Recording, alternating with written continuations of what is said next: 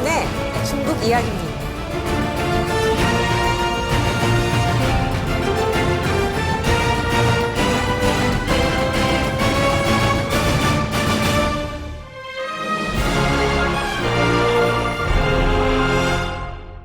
진짜 이제 일본에서만 일어날 수 있는 정말 깜짝 놀랄 만한 금융사고가 지금 터지고 있습니다.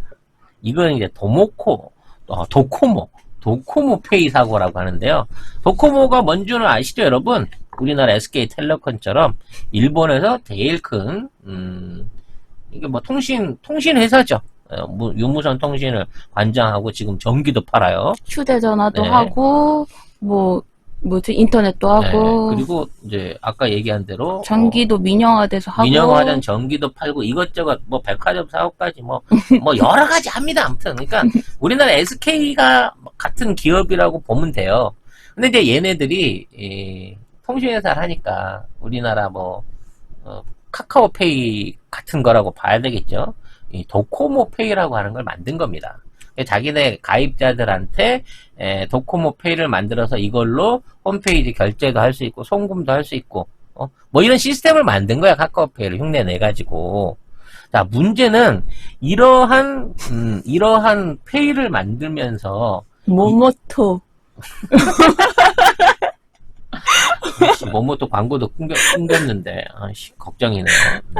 아무튼 이 도코모페이를 만들었는데 이 도코모페이에 관련된 이렇게 페이와 연관된 보안 장치를 하나도 안 한 거예요. 이해가 되세요? 그러니까 이 페이는 어떤 방식으로 쓰냐면 그냥 그 사람이 갖고 있는 은행 계좌랑 연동해갖고 그 은행 계좌에서 자유롭게 돈을 연결해서 쓸 수가 있어요. 모든 시중은행 돈을 다 연결해서 쓸 수가 있습니다. 그럼 도코모페이에 들어가는 이제 비밀번호 계정이 있을 거 아니에요. 그럼 내가 도코모가 갖고 있는 아이디로 해갖고 들어가잖아. 그럼 이제 일단 접속이 됐어. 카카오톡에 내가 들어가는데 보안 접속까지 들어갔으면 내가 다시 카카오페이를 쓰려고 하면 그 단계에서 은행하고 연결하는 부분 안에서의 추가 보안 장치가 있어야 될 거 아니에요. 근데 이거 없이 그냥 단순하게 이 페이에서 다른 돈들을 갖다 쓸 수 있게 만들어 버린 거야. 지금 문제점이 이해가 되세요? 왜 도코모는 이런 보안 장치를 안 했느냐? 은행 돈이 왔다 갔다 하는 거는 은행 자체에서 자체 보안 능력이 있지 않냐? 그래서 그런 은행에 있는 보안 장치를 통해서 하면 되는 거고 우리는 그거를 갖다 쓰게끔만 연결하면 된다라고 얘기를 쉽게 말해서 그거를 소홀히 한 거야. 근데 여기에 대한 해킹이 본격화되기 시작한 거예요. 이 도코모가 주장하는 거는 내가 이제 아이디가 있고 비번이 있잖아요. 근데 이거를 5번 정도 틀리면 이게 이제 정지가 돼요. 계정 정지가 돼. 그러면 본인이 직접 대리점을 가갖고 도장 찍고 주민등록증 증명할 수 있는 서류 갖고 직접 풀어야 돼.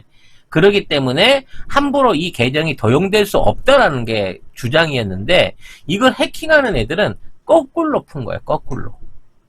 무슨 얘기냐면 비밀번호를 상정을 해요. 우리가 가장 흔하게 쓰는 비밀번호가 뭘까요? 12345? 아니면 1004? 엔젤 111234 아무튼 이런 식으로 사람들이 흔하게 쓸 수 있는 기억하기 쉬운 비밀번호 있잖아요. 이 비밀번호를 미리 상정해 놓고 이런 비밀번호를 갖고 있는 아이디에 한 번씩 넣어본 거예요. 그러니까 1000만 명의 가입자가 있다고 치면 그 아이디를 갖고 있는 사람한테 이 번호를 한 번씩 넣어본 거야.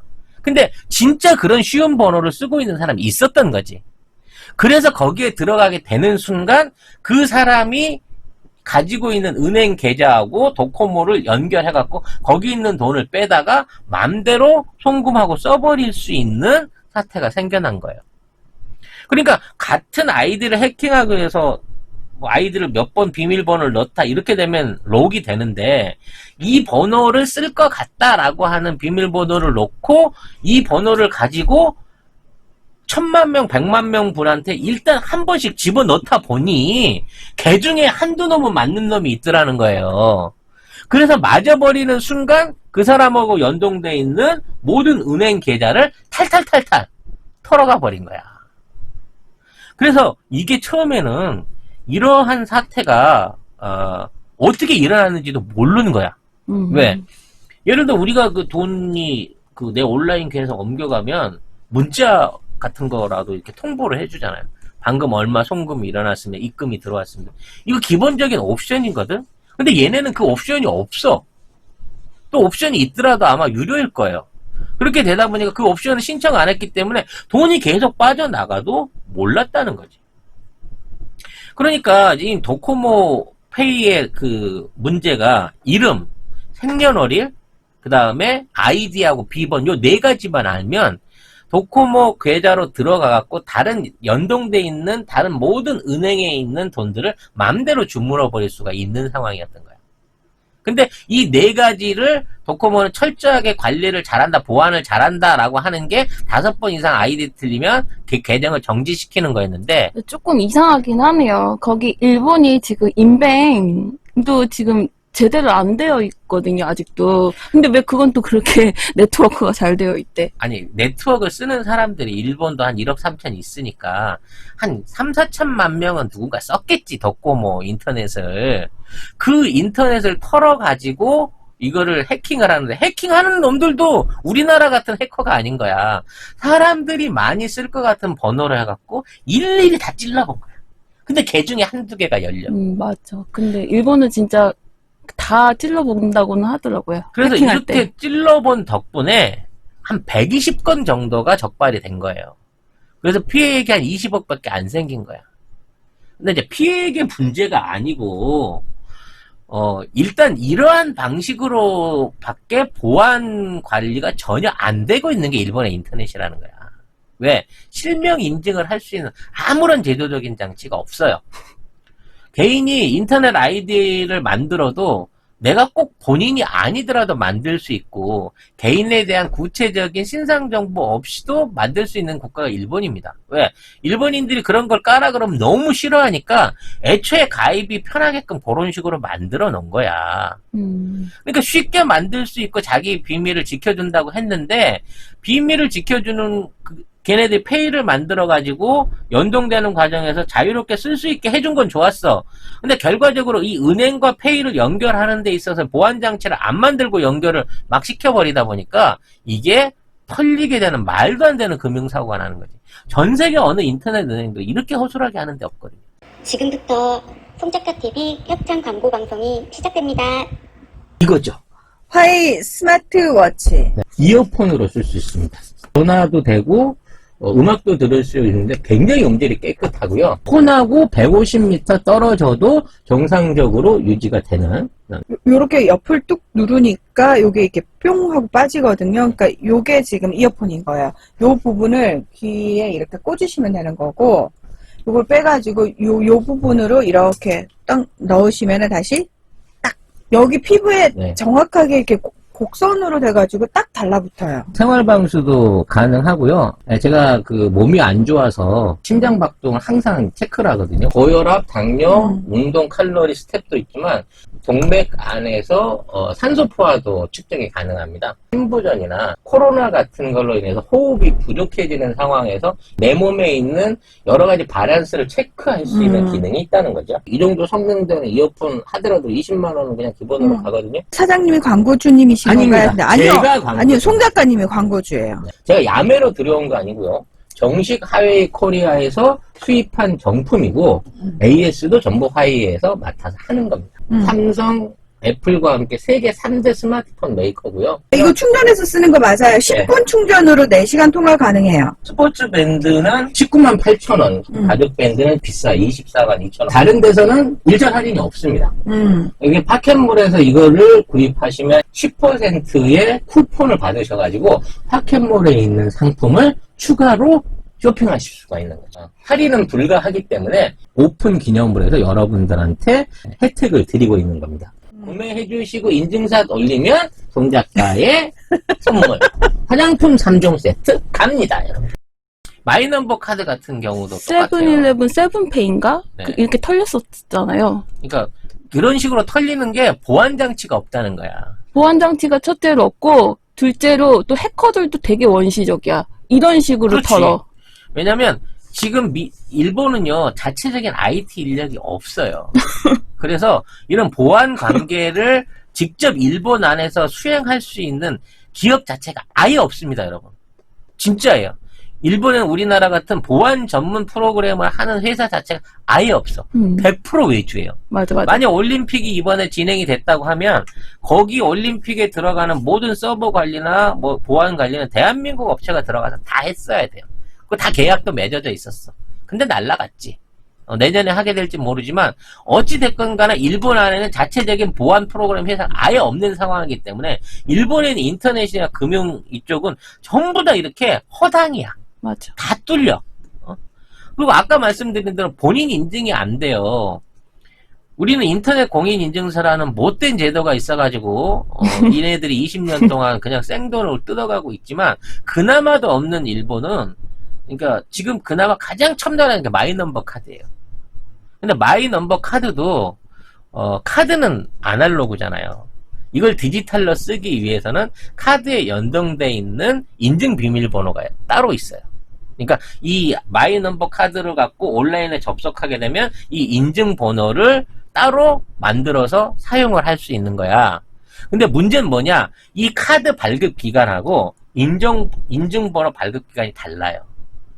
카드는 연 단위로 끊어서 나와. 근데 카드는 5년 만에 끝나. 근데 인증번호는 그 사람 생일에 맞춰서 5년 동안 쓰도록 돼 있어. 그러니까 내가 1월 1일 생이잖아. 그러면 내가 카드를 1월 1일 날 받으면 인증번호하고 카드하고 똑같이 되는 거지. 근데 내가 생일이 12월 31일이잖아. 그럼 내가 카드를 써서 5년이 됐어. 근데 인증번호는 5년 있다가 바뀌기 때문에 이 1일부터 12월 30일까지는 이 인증번호가 갱신이 안 되는 거야. 이해가 돼요? 이만큼 말도 안 되는 인증 제도를 갖고 있고 이거를 바꿔달라고 담당자를 찾아가면 어떠한 담당자도 그걸 해결해 줄 수 있는 일본의 공무원이 없다는 거예요. 그러니까 그냥 인증번호하고 이거를 한 날짜에 맞춰서 자유롭게 운영될 수 있는 게 아니라 5년 만료가 지나야만 갱신을 할 수 있기 때문에 사실 이 마이넘버 카드에 대한 디지털 인증도 사실 문제가 많은 상태거든. 맞네. 근데 이만한 인증조차도 안 되기 때문에 나머지 은행이나 다른 데서는 더더욱 보완이 안 된다는 거죠. 그리고 은행업계가 겁을 먹기 시작한 거야. 야, 그럼 이런 식으로 은행 계좌도 털로 들어올 수 있겠는데? 그래서 은행 공통으로 유지되는 게 우리로 말하면 송금이 아니라 토스 같은 게 있어. 일본에도. 그러니까 일본 은행들이 모아가지고 공통으로 돈을 운영하게 만드는 뱅크페이라고 하는 이런 은행 공통의 페이먼트 또 시스템이 있어요. 근데 이 페이먼트 시스템이 방금과 같은 역으로 찌르고 들어오는 보안 해킹에는 취약한 거야. 이런 아날로기적인 해킹에는. 그러니까 이런 그 뱅크페이를 갖고 있는 사람의 아이디만 알면 그 아이디들을 갖고 내가 쓸 수 있는 이 사람이 이런 번호를 하겠다라고 생각되는 그 비밀번호를 아까 얘기한 천사나 1, 2, 3, 4, 5, 6, 7, 8, 9를 찔러 넣어갖고 거기에 되는 놈을 발견만 하면 그 사람 돈은 해커 돈이 되는 거야. 이렇게 되다 보니까 보안 방법이 없잖아요. 그래서 지금 디지털로 신규로 뱅크페이나 아까 얘기한 도코모페이에 대한 신규 계좌를 전부 다 중지시켜 버렸어. 그러니까 지네들이 인정을 한 거야. 이런 방법으로 털리는데 우리는 보완할 방법이 없어요. 이걸 방법을 개선을 하려면 전체적으로 IT를 다시 뒤집어야 돼요. 라고 하는 부분을 인정을 하는 거예요. 이 은행연합회가 이런 뱅크페이를 만든 것도 올림픽 때문에 만들었어. 올림픽에 사람들이 현금 쓰지 말고 일종의 이제 카드를 쓰게끔 해야 돼. 신용카드는 죽었다 깨나도 안 맞으니까 그냥 직불카드로 편하게 쓸 수 있게끔 이걸 묶어서 뱅크페이를 만들었는데 전국의 가맹점이 1억 3천만 명이 있는 일본에 전체적으로 이런 뱅크페이를 운영할 수 있는 가맹점이 몇 개다? 3,500개라는 거야. 일본이 얼마나 크고 넓은데 가맹점이 3,500개밖에 없으면 어디가 갖고 그걸 쓰겠어요? 네. 아마 도쿄 지하철역에 있는 업소나 이런 데나 해놓지, 시골 가면 그냥 다 무산인 거야. 이런 건 안 되는 거야. 근데 이런 페이 시스템을 확대하기 위해서, 전 국민 확대를 하기 위해서 조성된 자금이 7조 원인데, 이 7조 원을 가지고도 어떻게 가맹점 확대를 하고 이거에 대한 보안 안전하고 여기에 대한 전체 시스템을 구축할지가 아예 노답이라는 거야. 왜? 공무원들이 이걸 전혀 몰라. 그리고 일본 안에는 이런 것들을 설계하고 구축해서 운영해 줄 수 있는 회사 아예 없어. 그럼 어디한테 신세를 져야 된다? 전 세계에서 가장 보안이 막강한 대한민국에 오든가, 대한민국 비용의 10배, 20배 주고 실리콘밸리나 미국에 있는 IT 회사를 초빙해 와야 되겠지. 그리고 맨날 우리나라 사람들이 공무원 욕하지만 전 세계에서 사실 가장 책임감 있게 일해주시는 분들은 대한민국 공무원이에요. 일본 공무원들 얼마나 일 열심히 안 하는데요. 다 책임 떠넘기려고 이렇게 정확하게 대답을 해주지 않아요.